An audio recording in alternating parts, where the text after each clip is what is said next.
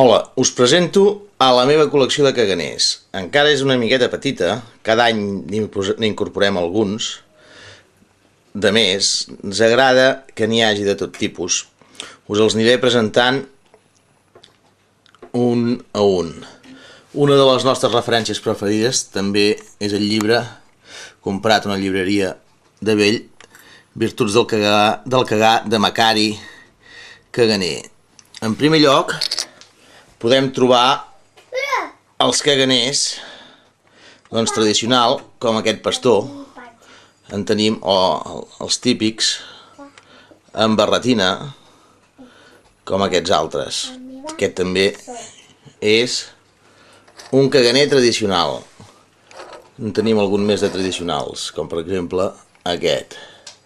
Llavors hi ha els de diversos oficis, com aquest bomber, tenim un dimoni, tenim aquest estudiant d'aquí tan trempat i eixerit amb aquestes orelles, tenim els castellers de Vilafranca, monges, capellans, guàrdies civils, caganers tradicionals, una bruixa,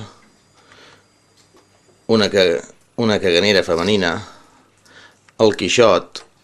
És molt celebrat també, nosaltres no en tenim gaires, els caganers de personatges, com per exemple aquest jugador del Barça, que és l'Eto'o. I l'última adquisició d'enguany ha sigut, ja m'il·luminarem una miqueta més, aquest lluitador de sumo.